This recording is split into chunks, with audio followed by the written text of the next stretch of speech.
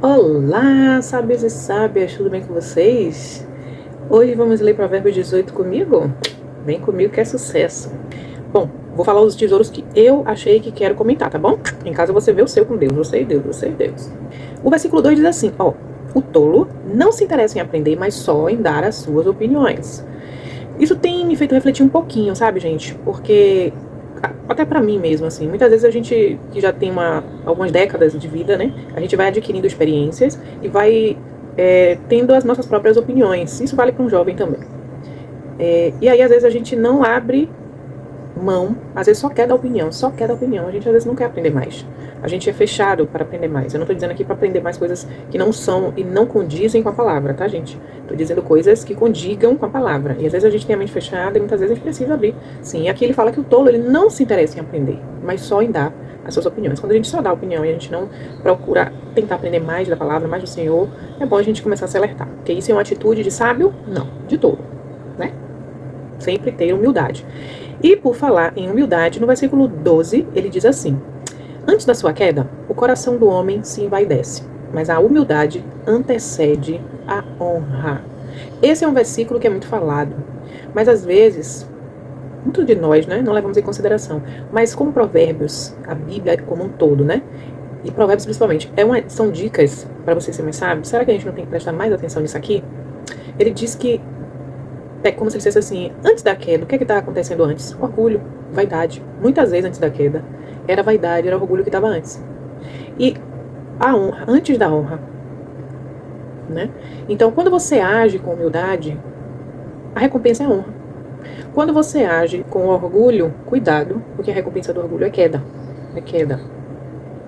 Lembra da lei da semeadura? Então, a humildade no lugar do orgulho no seu coração. Amém? No versículo 10, ele diz assim, olha só. O nome do Senhor é uma torre forte. Os justos correm para ela e estão seguros. Já no 11, diz assim. A riqueza dos ricos é a sua cidade fortificada. Eles a imaginam como um muro que é impossível escalar. Vejamos, vamos aprender aqui. Eu faria... Se fosse eu escrevendo, eu faria o 10 no 11 e o 11 no 10. Falaria primeiro desse daqui. Ele fala assim, a riqueza dos ricos. Mas ele está dizendo assim, para muitos que tem dinheiro. Como ele está falando dos ricos, são aqueles que têm dinheiro. Falando do pobre, né? Então, para muitos, não vou dizer que é todo rico, porque o céu é cheio de riqueza. Não é a riqueza que é ruim.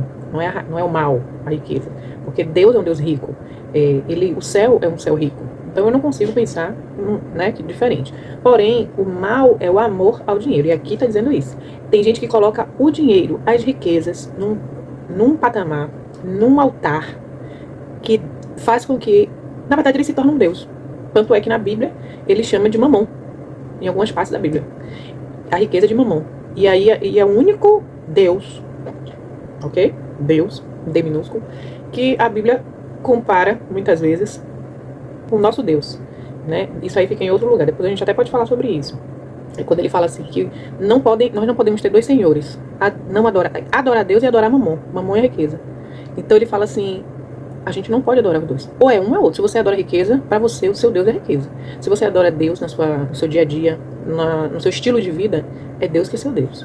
E aí ele está dizendo isso aqui. A riqueza dos ricos, aqueles que acham que a riqueza aqueles que colocam uma riqueza como Deus, ele bota assim, é como uma cidade fortificada.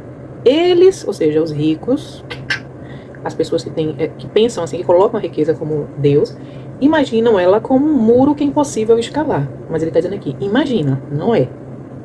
Então, que dos nossos corações a gente não pensa que o dinheiro que está no bolso, o trabalho da gente, o braço da gente, a força da gente, é que vai nos levar a algum lugar e que nos deixa seguros. Gente, a economia, ela muda. O dólar tá lá embaixo, daqui a pouco o dólar tá lá em cima. O real tá lá embaixo, daqui a pouco o real tá lá em cima. A economia é assim. O mundo pode estar em crise, mas você tem que estar em Cristo.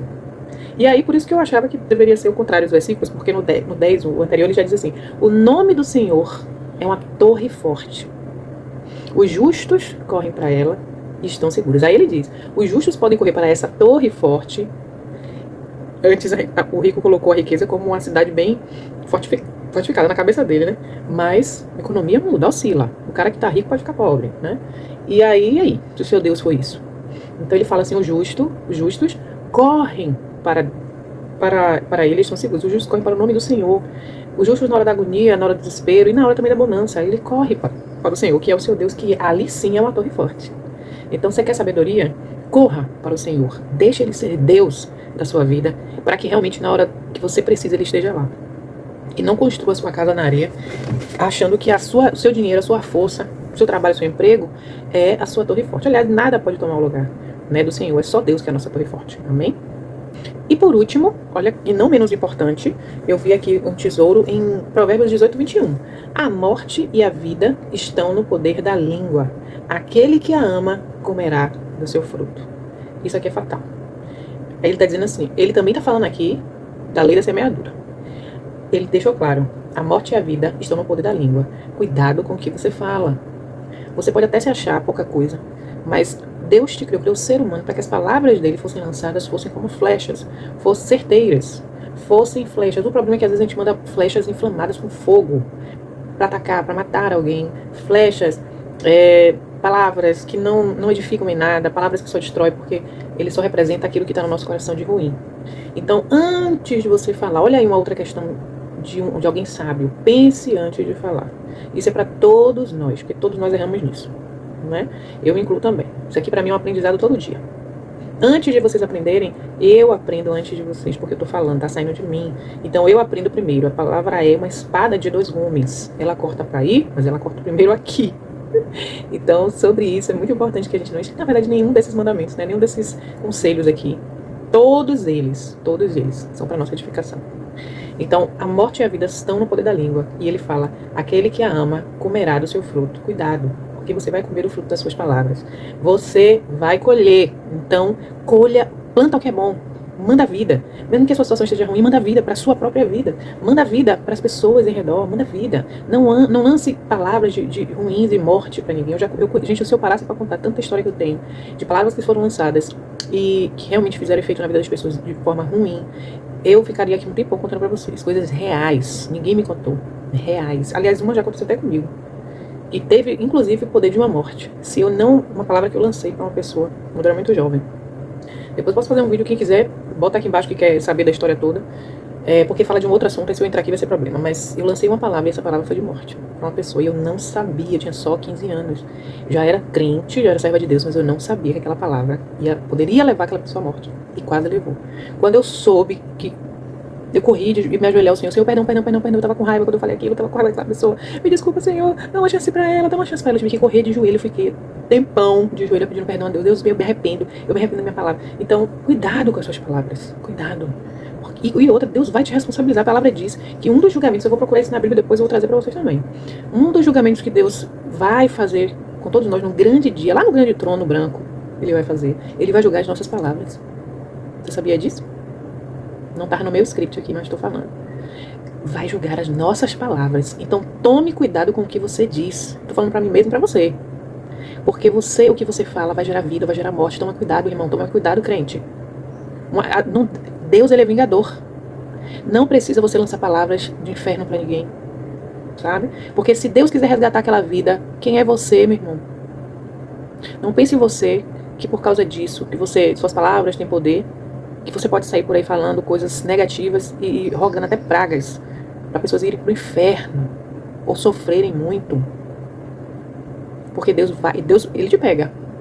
Ele vai te constranger. Se você é servo de Deus, ele até te constrange. Gente, eu tenho tanta história para falar sobre isso. Eu acho que vou fazer um vídeo só para contar algumas. Relatos de pessoas que me contaram e coisas que aconteceram comigo. Entendeu? Então, ai, gente, é tanta coisa. Vai vontade, a língua coça. Mas o que importa é que você está aqui e que você saiba disso. Eu não sei o que você está pensando, não sei o que você falou, mas toma cuidado com o que você fala, irmão. Toma cuidado, viu? Porque hoje você, para quem está me assistindo que já é servo de Deus, hoje você é servo de Deus e as suas palavras têm que trazer paz. Elas continuam tendo poder de vida ou morte. Entendeu? Porém, você agora tem um dono. E é ele que dirige a sua vida, é ele que diz o que você vai fazer ou não. Se não, Deus não é seu Senhor, porque Senhor quer dizer dono. Que é lindo você saber que Deus é o meu dono. Quando você diz assim, meu Senhor, você está dizendo que Ele é seu dono. Ele é que diz o que você tem que fazer. Você vai para lá, você vai para cá. A Bíblia fala, o vento sopra onde quer e não sabe para onde vai. Assim é todo aquele que é nascido do Espírito. Às vezes você nem sabe para onde vai. Deus, você está aqui, Deus manda você ir para a esquerda, para a direita. Você vai fazer tal coisa, você vai morar em tal cidade. Eu mesmo mudei de cidade de 2023 para 2024. E não estava no meu script. Não estava no meu quadro dos sonhos. Não estava. Mas eu não sou mais dona de mim, porque Deus é meu dono. Então, quando você serve de Deus, aprenda a falar palavras que Deus te pede para falar. Tá certo? Fica aí só uma exortação, uma preocupação. Nada disso estava no meu script aqui, gente. Eu creio que seja do Espírito mesmo. Então, pensa bem no que você fala. Inclusive para sua própria vida, irmã. Mesmo que esteja tudo caindo ao redor. Quando o mundo cai ao meu redor, né? Aquela música de Luciano Som. Luciano Som não. Como é o nome dele? Aquela música de... esqueci. Então esquece aí essa parte, corta. Enfim, amém? Que Deus possa falar com você grandemente, que tenha um dia abençoado. Minhas palavras vão profetizar para você um dia abençoado. E que você ame as pessoas ao ponto de lançar palavras de bênçãos, palavras de edificação, palavras de perdão, palavras de gratidão. Que você vai ver o que vai acontecer. Amém? Use sua boca para glorificar o nome de Cristo nessa terra. Amém. Tchau, tchau.